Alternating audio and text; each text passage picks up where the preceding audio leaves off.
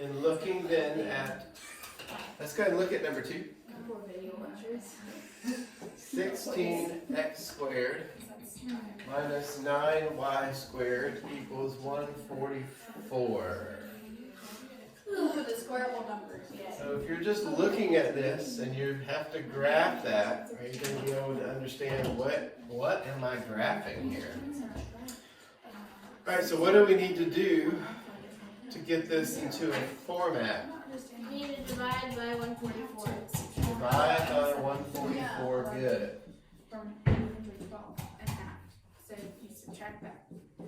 What did you get when you divide by 144 here? Oh, wait, hold on. That would be like 9, right? X squared over 9, is that what it is? Is that neat and tidy? Yes, it is. And then y squared over 16. Yeah, y squared over 16. Minus, whoops, not that. That's in that whole format thing that they told us. Alright, good, that becomes a 1. These here, those there become, oh, I wrote 9. Oh, you can't eat. 16. Whew, okay. Now, your clue as to what type of thing this is what? The minus sign. Yes, so you got to pay attention to those things. Look for that. Oh, there's a negative in the middle. So this is going to be a hyperbola. Or hyperbola. What are we saying? I forget. If it was this, it'd be an... Parabola. No. Parabola. No. No. It would be an ellipse. Ellipse. If it's a plus in the middle, it's Ebola. No, it's an ellipse. Ellipse. Yeah, but the negative, that's the hyperbola or hyperbola, whatever you want to say. Because now I'm confused. Because we said it wrong so much. So what then, using the information I have been empowered with on page 22, what are my vertices? Because we know the center is where? It's 0, 0. So the center in your graph is going to be at 0, 0. So you're going to have some lines. What are those lines called? Asymptote. Yeah, so that's sort of like graphing a linear equation, isn't it? You just have a slope and a line, and you know the y-intercept is 0. 0. Right? And then once you have those, you graph the other part. Wait, I need like straight. Wait. Alright, so what are my vertices here? 3, 0, and negative. Where are you getting that? I forgot how to from find the underneath the thing? It's you need to unsquare it. So this one looks like x squared Oh, right.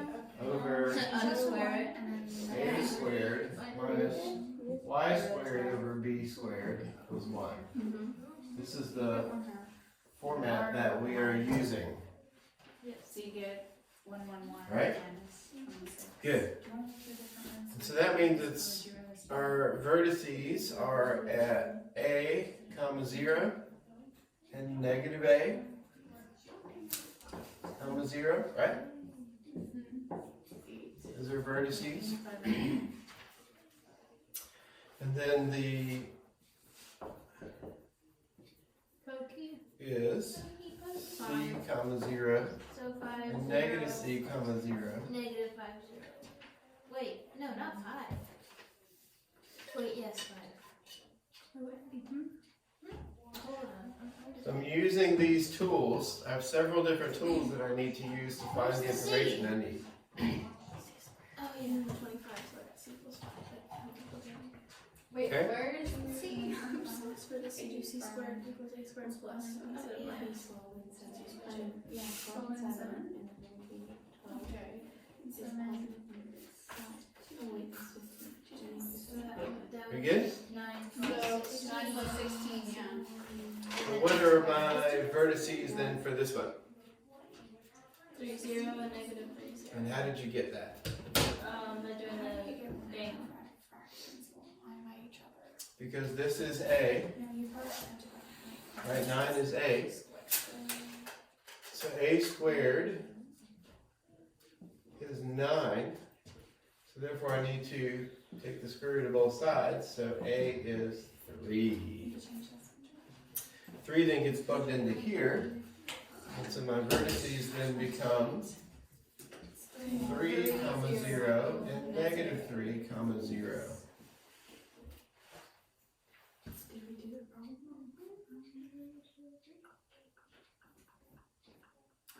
Okay, that's good. Asymptotes. Wait, which do we find first, the LR or asymptotes? So if I'm finding this next, the Foci pokey, Yeah. what is C? C squared C is squared. A squared plus So to find that, what do I use? C squared equals A squared plus B squared. Yeah, so to find that, I need to use this. C squared equals A squared plus B squared. Isn't that the same formula as something else? Similar to the ellipse one. Yeah, Because that's just the subtraction. Or you're saying A squared plus B squared equals C squared? Yes, that. Doesn't that show up in a right triangle somewhere? So how does that apply to what we're doing here? I have no idea. It's just, that's the same formula. Yeah, it's exactly the same. Yeah, it is. Mhm. Kind of Isn't it called something that something completely is like different than that? everything has the same formula applies what it is. So if we really don't have a lot of room to graph the thing that we need to graph, but if we're drawing that best we can, so far what do we have? We have vertices at 0, 3, 0, and negative 3, 0. So where's that? This is 1, 2, 3, 0, 1, 2, negative 3, 0. So what is the vertices again? That's the plural of what word? Vertex. And what was the vertex of the thing? The That's middle. sort No, of that is a minimum or maximum of a parabola. Right, we also have vertices that are the minimum maximum points of the ellipse, so it's where it makes its turns. So vertices, that means something's going to be turning here, right? Like that? Just given the basic shape, it almost looks like a cross-eyed thing. We haven't found, what else have we found? We're working on this. What did we get for our Foci? 5, 0, and then negative 0. We got that by plugging in 9 plus 16. 9 plus 16 equals C squared, which equals 9 plus 16 is equal to what? 25. 25. Good. So when you take the square root of both sides, you get C Equals 5. equals 5. C is right here. Plug that in. 5, 0, and negative 5, 0. Ah. So if this was 3, then I got to go out 2 more. That's 5. So vertex, focus. We're slowly piecing this thing together, folks. But I need a couple more things. First of all, what is the LR and how do I find that? R is 2b squared over a, and I've got 10. You just plug it in. So LR is 2b squared over a. So I know that 2b squared is what? 32. Because that's 2 times 16. So 2 times 16, that's my b squared right there, gives me 32. A is, I found that right here, that's 3. So 32 over 3. If I reduce that to a number I can use on a graph, I need a mixed number. And what's my mixed number going to be? 10 and 2/3. Yeah, 3 goes into 30 10 times, so that's 10 with 2/3 left over. So that's LR. What do I do with LR again? You do the focus or whatever. Yes, indeed. So 10 and 2/3 is my total LR. Why do I say total LR? Because you have to half it. So what's half of 10 and 2/3? Like 5 and 5 and a third? yeah. So I need to go 1, 2, 3, 4, 5. We'll put a 6 line. 1, 5, 6 line. So 5 and a third is just a smidge more. I come over here, and that's right there. Above that, and then I'm going to go down here, right there. And what is this total distance between the two? What's the number? 10 and 2/3. That would be 10 and 2/3, because it's 5 and a third, 5 and a third. Gives me 10 and 2/3 distance. See that? This whole thing, right here to right here, that whole distance is the LR. So this line isn't exactly accurate, is it? It actually needs to go out to here. This one needs to go down to here. Same thing over here, right? Passing through my focus, up to here, down to here. That's my total distance of LR. Let me readjust my parabolas, or my 2 times parabolas, so it's hyperbola.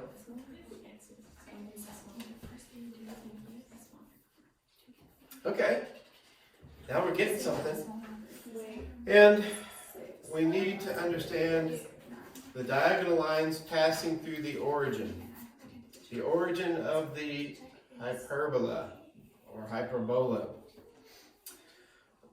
are called the asymptotes, and I find that by finding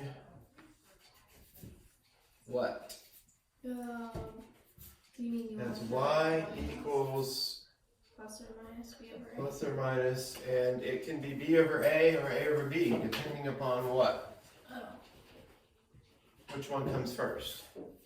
So if the x squared comes first, it's x squared over minus y squared over, this is going to be a squared and b squared both times. And if the y squared comes out front, it's y squared over a squared. So we would invert this. So since this one's x squared in the front, then I use the y equals plus or minus b over a x. Wow, those are very uneven. Okay. I use b over a here. And we already found out that b is what? 4. I don't think we found that actually yet. We would have done it here, not really. So we haven't found b yet. We would really need to look back and figure out that this is 16 equals b squared. So I need to square both things and get b equals 4. That's going to come up here. And my a, which I found to be 3, b over a. is here. Since the x is. So it gives me plus or minus 4 over 3x. And if you remember way back, we had this formula y equals mx plus b. Remember how we talked about how that formula will never leave you alone? It makes a reappearance here. Y equals mx, and m is the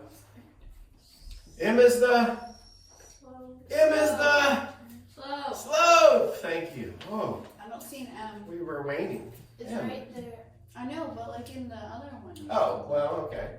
Fair. Oh, But BA is in the place of the M, in front of the X. Y equals MX. And as you know, M was a fraction. Sometimes 1 in the bottom, but that's still a fraction, technically. And we find our slope that way, because the top part is the what? The rise over run. Rise over run, yes. Rise over run. Okay, so then I need to go back over here and figure out rise over run. I need to go 4 over 3. And then negative 4 over 3. What does that look like? Huh. Rise up 4. 1, 2, 3, 4.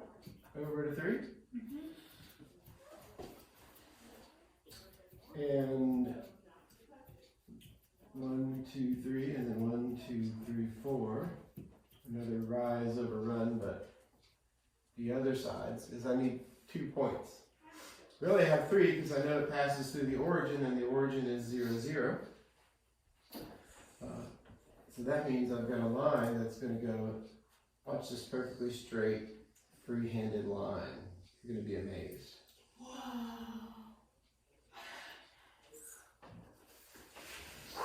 Whoa. Now, negative 4 over 3. Well, now we figured out that that's Is this right? like this. No, I'm talking about like this. Another one, perfectly straight, free-handed line.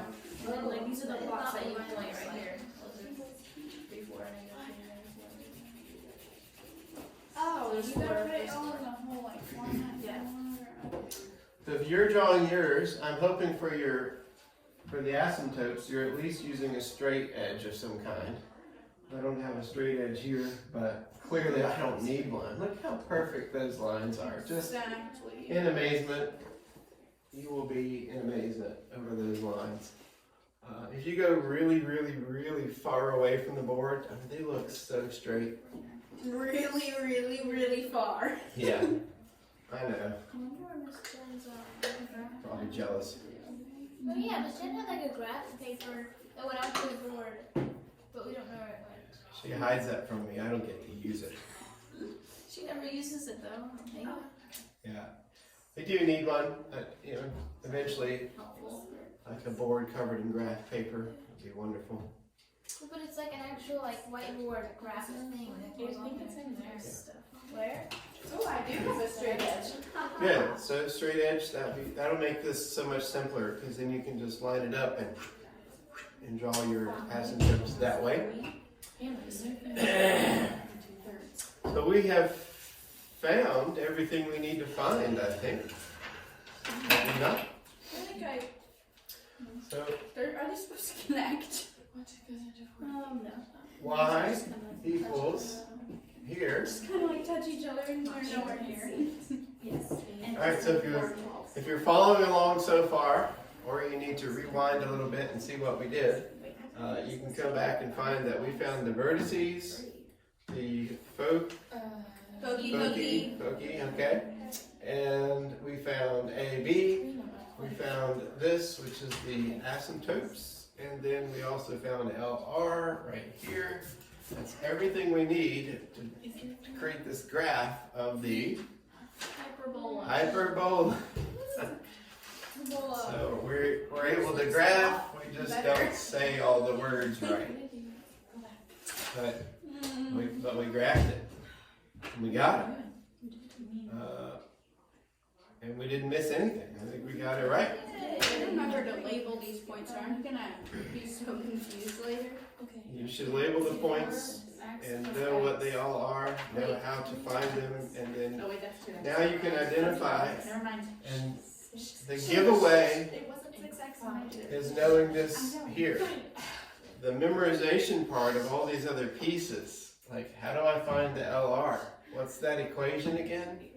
And how do I find the asymptotes? What's that equation again? Y equals B over A. And it's B over A if it starts with X. It's A over B if it starts with a Y. Remembering those differences requires some time to study. I don't think that's in these review pages. This is mostly just about the parabolas. But everything builds on the parabolas. If you're looking at that carefully, you see a lot of stuff repeated. We have the vertex of a parabola right here. We just happen to have 2 of them, so it's plural. We have the focus of a parabola here. We just happen to have two of them. This is new because this applies to the origin of the hyperbola. The hyperbola. Hyperbola. Okay, I'm gonna make sure I say it incorrectly. It applies to the origin of that, so those pass through the origin. Now these could be further out, right? It could be all kind of numbers depending on what these are. If we did the other problems on the page, we'll find that it can even, if you switch these two, they don't go this way. What happens if you switch, if this was a y squared in front and it was minus x squared, what shape do you think it would take? Your X-wing fighter would pivot. And they would go this way. They'd be up here and here and nothing here. Okay? So if you end up with a y squared in the front, like in number 3, then you'll see that the whole thing would turn like that on its side, and your parabola, which is part of the hyperbola, would be on the top and bottom. Right? So, but you'll get that if you work through the problem correctly and identify your points. And remember, based upon which type it is, which way your vertices go. So just like in the ellipse, remember we switched stuff around? Look carefully. If y is in front, all this stuff switches around too. Now this stays the same. So you still find C the same way, and A and B stay in the same place. So this remains A, that remains B. It'll just be y over A squared and x squared over B squared. With the ellipse, the bottom switched and the top stayed the same. And it was a plus. Okay, that's gonna be difficult to remember. So yeah, just make yourself a little study sheet and put all this stuff together and compare and contrast the two. So you're really comparing and contrasting the ellipse versus the hyperbola. And you got those two things to kind of compare because they're similar in how you find the things. You have similar terms, certain things switch, that kind of thing. Of course, one of the big hints that we already gave you was how close are you paying attention to page 23, if you recall. Oh, I've been paying a lot of attention to these. And then So much.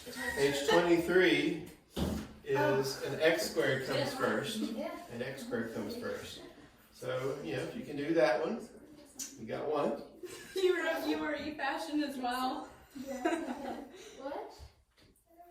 How did You said it's in a URE fashion. Yeah, I spelled it the same way. We said just use, you said something about this is, do this in URE fashion, so we just wrote URE fashion. Now, what I find really interesting about the rest of this page is we've made it to a checkup. Okay, checkups are fun. We have a checkup on page 25. It's just a one-page, real simple, quick little checkup. It would be good to look over that and make sure that if you look at each one, look at number 1, number 2, number 3, number 4, number 5. It's good practice for, do I know what to do immediately when I look at that problem? When it says list the information requested from each equation, give appropriate answers, and then graph results, you can see they're being very generic with the instructions. No help whatsoever. Because it wants you to know, what do I do here? So number 1, is that what is that? What kind of shape will you be graphing with number 1? Why did they make the thing so weird? What kind of shape The graph. will you be graphing with number 1 on the checkup, page 25? What kind of shape? I'm trying to figure that out. It's great. Parabola, right? Parabola. Good, so that's good. Number 2, what kind of shape will you be graphing? That would be Circle. Ellipsis. Ellipsis, that's what, yeah. Oval. Yeah, and your giveaway there is what? Semi-major. Yes, semi-minor. good. Yep, semi- When you spot that semi-major, semi-minor axis, then you know, oh, that's going to be an ellipse. Yes. And So number 3, what are you going to be graphing? parabola. Parabola again. Number 4, what are you going to be graphing? the other one. Hyperbola. This Yeah, one. hyperbola. And then- Number 5 is also a hyperbola. And your giveaway for number 4 and 5 is that you're finding this, right? The asymptotes. Asymptotes. Plus or minus b over a or a over b, depending on which one it is. Okay, so it's not too hard to tell. It looks like they give you one of each in the checkup. So what we're telling you is it's going to be worth your time to practice that checkup on page 25. And then come with questions.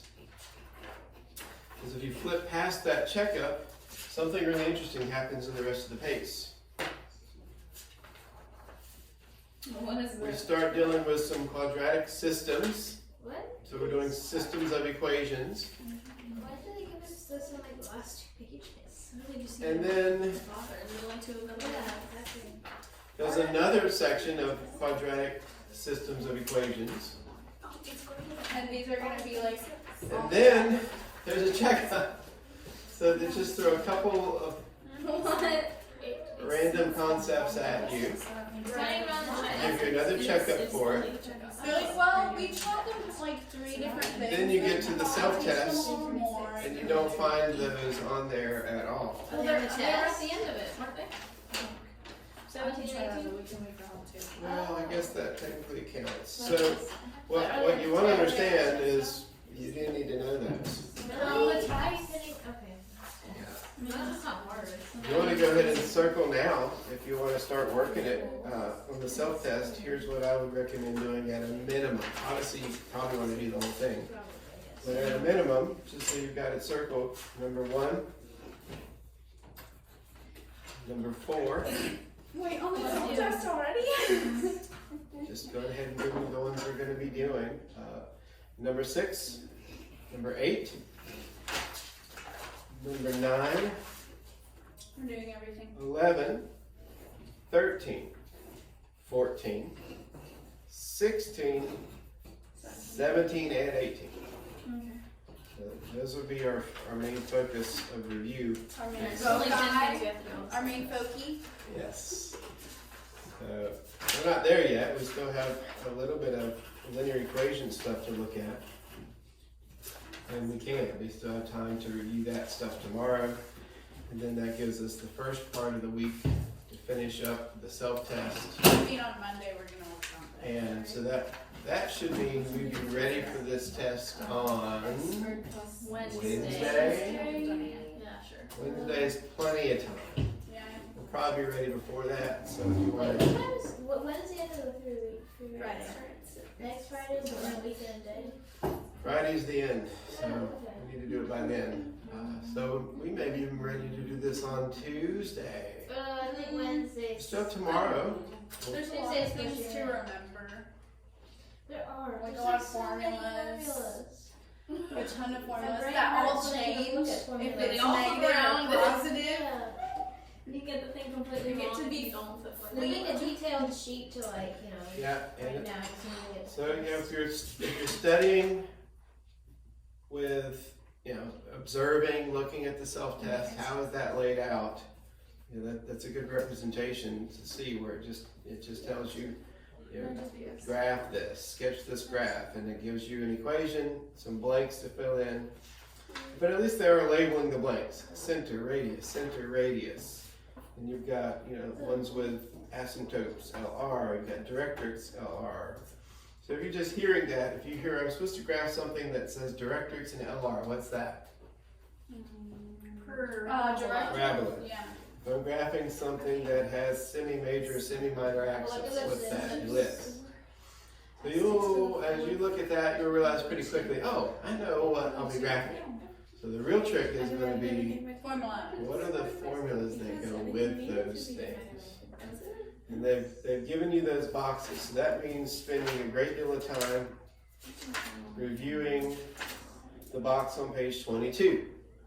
Right? If you haven't got that thing highlighted, Page 22. Oh, I highlight the completely. box on page 22. That's the two variations of this. Then, the box on page 20 for the ellipse. The Bob and Larry box.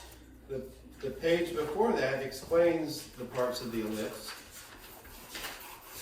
Then there is the box on, if you want to call it the box on page 15, or you just want to say page 15 because they put a box around the whole page. And prior to 15 was the box on page 11. Oh my goodness. So those are the boxes of information that